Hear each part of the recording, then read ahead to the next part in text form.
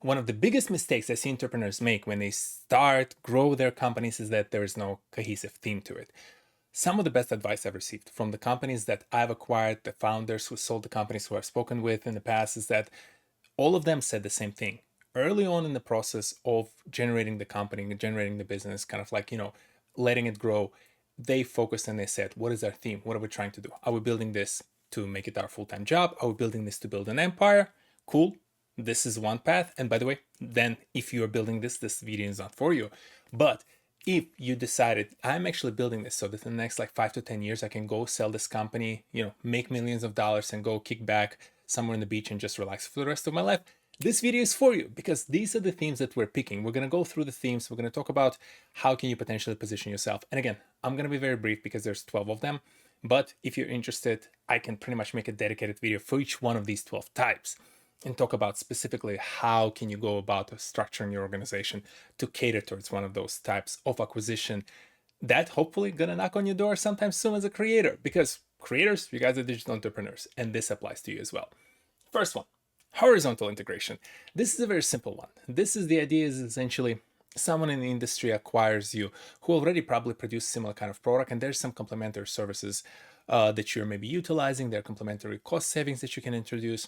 The easiest idea here is that you simply continue to grow business in the niche, and you know that there are a couple of other competitors in the space. Say you're making ice cream and you're operating in the industry where you already have Magnum, you already have some of the other brands, Ben and Jerry's out there, and you just continue to build the product up until the point they decide, hey, this is an interesting one. We can potentially buy this company, sell their brand ice cream with us, and maybe save some cost because we know how to produce ice cream better, or we have better marketing team, better some other parts of the business that unfortunately might cause some layoffs on your team if they acquire your team, but there are ways to structure it, there are ways to take care of your teams after the acquisition. Ultimately, horizontal acquisition means you guys are producing pretty much the same type of product, and there are just ways to integrate on the back end. And the way you position it, you just continue to grow. You look at some of these companies and you start, encroaching on their space, so to speak. And there's some themes that you're going to see throughout some of the other acquisition types. So that's why I'm going to skip and not spend too much time on it. The next type of acquisition is the vertical integration. And the vertical integration is essentially the theme of integrating, but instead of horizontally within the same industry, you integrate vertically between different parts of the stage life cycle of your product. So for example, again, let's roll with the ice cream. You are buying milk somewhere, you're buying non-dairy product that you use to make ice cream, whatever type of ice cream you might make. I don't know, you throw peanuts in there. There are vendors out there who go and sell this to you. And maybe one of those vendors has already a bunch of different companies that produce all those different ingredients, and they decided, hey, we want to enter the space and we want to sell the ice cream ourselves. And so they go and they acquire your company to now make it kind of like their focal point, and they use all of the other companies that produce the resources, funnel them into your company and then sell it, right? This is your vertical integration. The other example can be you decided to sell computers. That's your niche. You're kind of like competing with Linus Tech Tips, and you decided, hey, I'm gonna now sell computers, and I'm gonna be the next iBuyPower, crowd, whatever, any other brand. I'm forgetting, blanking on a bunch of names. You're gonna be the next Dell, but you're buying motherboards and other different PC components from someone else. One of those companies decide to acquire you so that they can sell through you as a brand. So this is your vertical integration. The way you usually position it, you kind of like, again, very similar theme. You continue to produce great product and you acquire the audience and you create a very nice sustainable business. And then you talk to some of those suppliers who you look back basically and say, who am I buying the most amount of resources for to produce my product? And you can potentially ask them, because that's what happens in acquisitions. Everyone's talking to anyone about potential sale or purchase at all times, and you can just ask them like, hey, would this be something of interest? Some companies might say, hey, we're very comfortable where we are, we like producing components, we don't want to actually go and deal with the customers. Some might find it very interesting and they'll come and talk to you in return. So this is your vertical integration. Acqui-hire, very interesting theme. Acqui-hire, the idea is, unfortunately, they're not acquiring you for your product, they're acquiring you for your team, and the team might actually be you as well. But think of Beam getting acquired by CNN. Mostly it was an acqui-hire with some like tech mixed into it, because CNN knew that they liked the talent. They saw Beam as a place where there was a lot of talent that they need. They went and acquired the company to make sure they can inherit all of those employees. as simple as it gets. This one is a little bit tough to build towards unless what you're essentially doing, you're amassing amazing talent under the single roof, with understanding that it's very hard to find that talent, put them all in the same place, and make sure they're under the contract, kind of like, they're staying with the company. One of the reasons why it's a little bit tough is because you will have to tell them that, hey, you're hiring them primarily because they're a top talent and eventually you're planning to sell the company. Not everyone will be comfortable with this, right? And that's where the challenge comes in, that you should be transparent with your investors. You should be transparent with the other leaders who are like your peers in the organization, other C-suite, so to speak, about your goal of selling the company. It's very hard to tell every single employee that you're planning to sell, because people look at it and say, hey, at the acquisition, I hear that people get laid off. I don't want to work here, right? So it creates an interesting dynamic that you're going to have to preserve. And because of this, Acqui-hire usually becomes the reason and the way to kind of like sell the company when you feel like product or services might not be as valuable for someone who's acquiring you, but the talent is, and they acquire you for the talent. People, by the way, usually don't advertise it. It's kind of like inferred, and you can understand it from the conversations with the party that is acquiring your company, but it's not something you advertise. But something you should be aware of in case you build a brand. The product is okay. It might not be as interesting, right? Like, you made your money, but you feel like there's a way for you to take more chips off the table and make some revenue by selling the company because the talent is there. There's nothing bad about it. Like, people do it all the time, and you can take care and you can ensure that there are retention bonuses, there are contracts in place that ensure that the people who are working for you today after the acquisition will be there for the next year, 2 years, right? There are ways for you to negotiate those things, and we can always talk about it in a separate video. So it's not a negative, it's just one of the ways by which you can monetize your business at the end of the day. Conglomerate. Theme is usually strategy dependent, and I won't spend too much time on this because it's really depends. Conglomerates are essentially a set of companies that do not want to leverage venture capital, private equity as a vehicle. They might be cash rich, they might have some other business that gives them a lot of cash, and they're simply diversifying the risk away from being dependent on a single business. And what they do, they may acquire food company, they might acquire a computer company, they might acquire some, digital product company, right? And because they have cash and maybe they have some know-how in terms of like management of companies and hiring good people, they leverage that and they kind of like spread that love across all these organizations. But ultimately, there's no thematic, similarities between them. And this is where it's a little bit tough to predict unless you're aware of a particular conglomerate in your space, or you've been talking to someone and they said, hey, we're interested in potentially adding a company from this specific industry, and you go and kind of like propose them to acquire your company. The best way to position yourself towards a conglomerate, just ensure you have good, solid business with a good defined customer base, solid product. Profitability may matter, may not matter, especially if they think they have a know-how to turn companies profitable. In this case, you just be aware that if someone approaches you and they actually don't have any, chips on the table for that kind of business, it might not be strange if they already have a bunch of other different brands. Some folks just like doing that kind of diversification of their investments, and your company became just a target of that diversification. Again, nothing bad if they're paying you the value that you're seeking. Market extension is an interesting one. That's why I call it like a local heroes team, because market extension can be that a company that is already selling the type of product you're selling, but they're currently only landlocked, say, to the United States, and you're a creator somewhere in Europe, and you created a similar type of product, and it's very popular in Europe.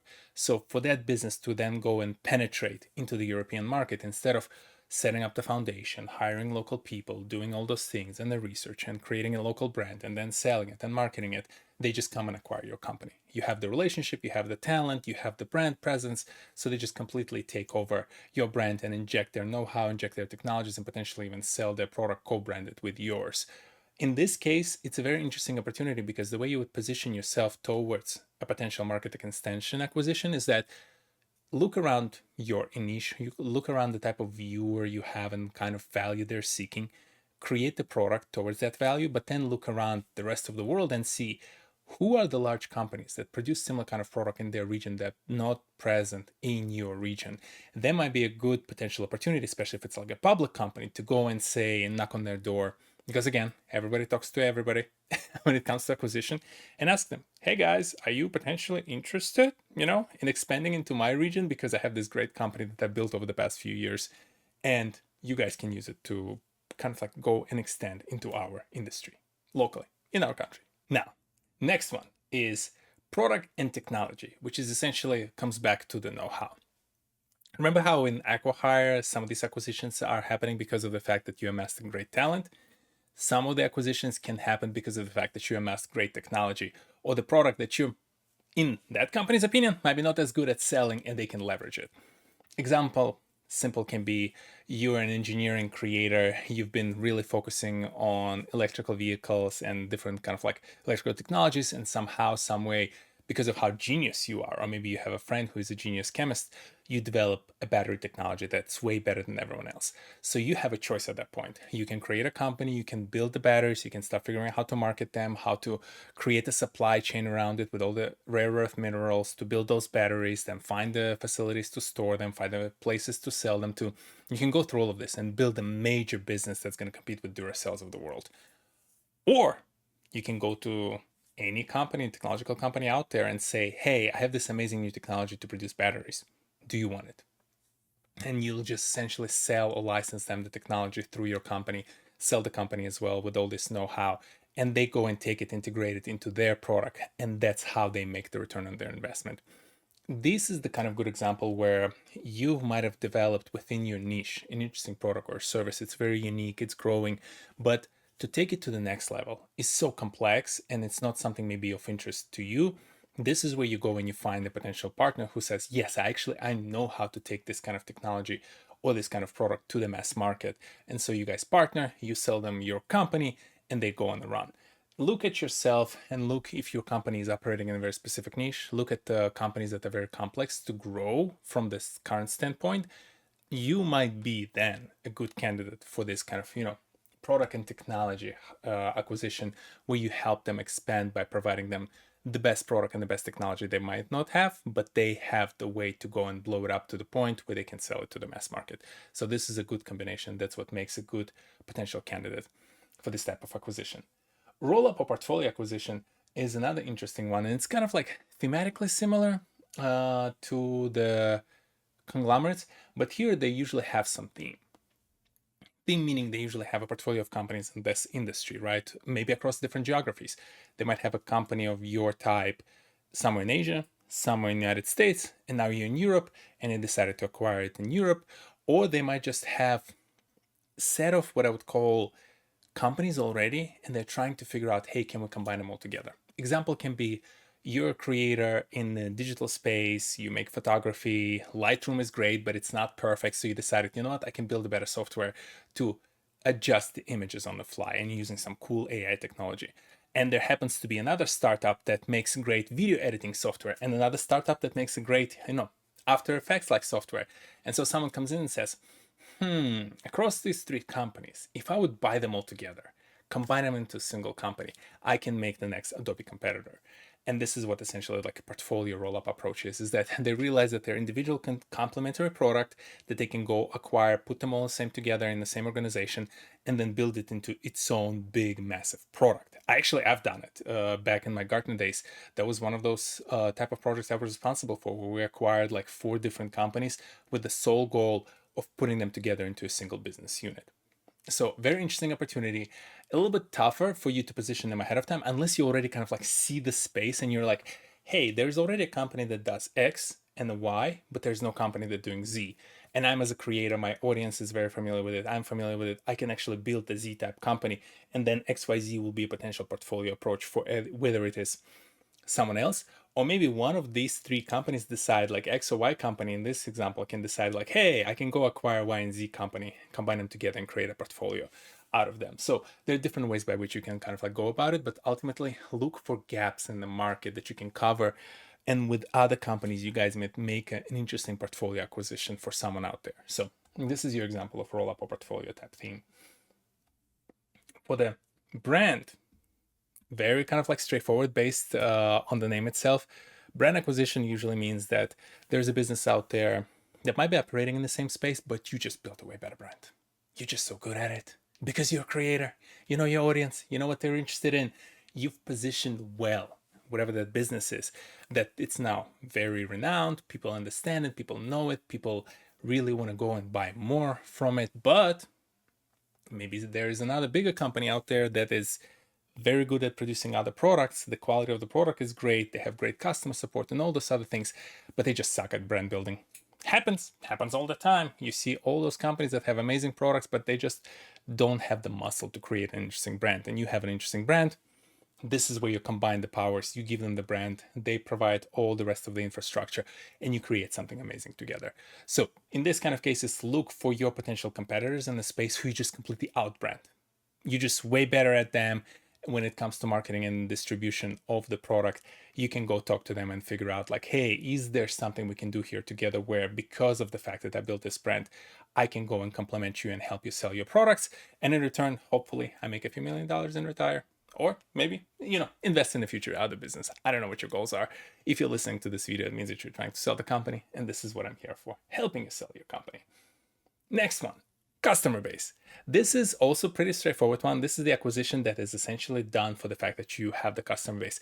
Somewhat related to the brand, but think of the brand as more of the awareness level, right? In one of the past videos, if you remember, we spoke about kind of like a creator funnel. For the brand side, you're kind of like at the top of the awareness level of that funnel. For the customer, you're already converted and acquired them, and you might have a base of customers who are buying one or two products that you've produced, digital, physical, whatever they may be. And there's this other company out there that's interested in acquiring you because they actually have more things to sell to that base. So this is where you can kind of like look around. If you're building a business, you're building a brand, you have a customer base, you have a couple of products, but your customers want more. And they're like looking around the shoulder and they're like, hey, dude, there's like this other organization. They have this product, but we don't trust them as much as we trust you. Should we go and buy it from them? This is a good point where you can go to that brand and say like, hey, I have a way to teach you how to sell to these customers, how to make sure you take care of these customers. So we do good by these customers, right? But in return, you're going to acquire my company to help with this entire process. And this is where you become kind of like this, key way for them to enter into this customer base, and there's a buy-in from you, and obviously they pay you for that buy-in, and you do your due diligence to make sure you don't screw over your customers. Again, whole separate topics, whole separate video, we can just talk about this specifically, but for now just know that there's acquisitions out there that are done because of the customers more than the product, the brand, and some of the other inputs. Defensive play. Ankle biter is one of my favorite term. I don't know where I saw it, who introduced me to it, but the whole idea is that you're just building an annoying ankle biter. Simple idea. You're a creator, you have this niche, you're very popular in it, you're interested in, building something there, but you, to my earlier point, know that you're building it to go and sell it to someone else. You can literally pick a company in that niche that essentially is like, 800-pound gorilla in the room, and you can see, what kind of product can I build that's going to be annoyingly taking away market share from them? You pick that product, you build it, and because you're smart, because you have great distribution skills, you have your dedicated audience who's going to follow you and trust you, and you produce a great product for them. And as you start siphoning away the market share from this bigger brand, they'll turn around. And that's why I call them ankle biters, because you're not necessarily the biggest threat to their business, but you're annoying enough that you're taking away some of their market share, that they might just say, you know what, screw it, let's acquire them, because we don't want to lose that part of the revenue. We want to bring them into our fold and maybe even grow thanks to their know-how and thanks to the product that they build. Very interesting strategy. I actually literally had a lunch once, it's like years ago, with a co-founder of one of those kind of companies, where I asked him, hey, what did you build this company for? And he was like, we saw the opportunity to go after these couple of brands. We didn't want to do anything else. We just wanted to sell the company in 5 years. So we specifically targeted them, and we made sure we kind of like siphoned the revenue away from them to the annoying point where they decided to acquire us. And there we were at the lunch table after their acquisition. So it definitely works. It's an interesting strategy, and it's a good way to kind of like speed up the process, because you exactly know that you're building the company to take away the revenue so that they can eventually acquire you. Again, there are some pitfalls to that strategy, so something to discuss in future videos. But at least right now, you know that you can sometimes be that annoying ankle biter in the industry, and you build the company specifically to sell it to that company, to their partner, strategic partner.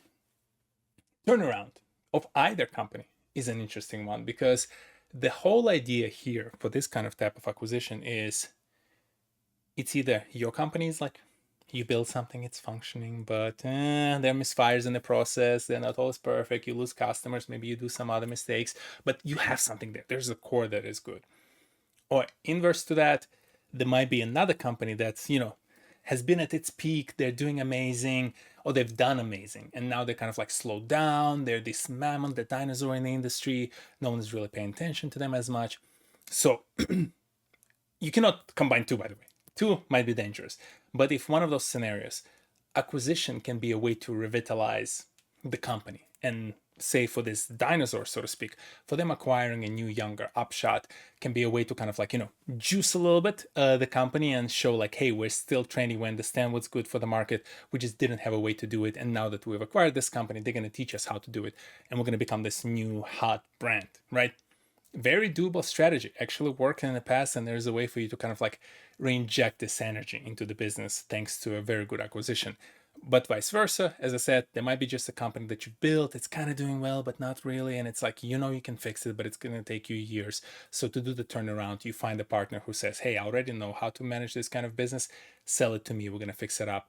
And they will buy it from you because they understand the potential. You are willing to sell it because you might not have the skills and the knowledge right now to take it to the same place. And out of the respect for the customers, for the product, for the great team that you've built, it's a good idea to sell the company and kind of like let them turn it around.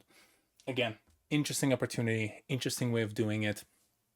Also, the reason why I never get too hesitant, even if your business is not doing that well, about like, hey, I'm gonna go and shut it down. Always consider potential for the sale, because as you build businesses, you might have something interesting, whether it's, as I said, technology and product, whether it's a team, whether it is something there, some core that others might be interested in and they can leverage it and they'll pay you good money for it. So your hard work should never result in a pure shutdown, even if the business is not doing too well. And as I said, sometimes you might be the one who helps to bring some sparkle to the other companies.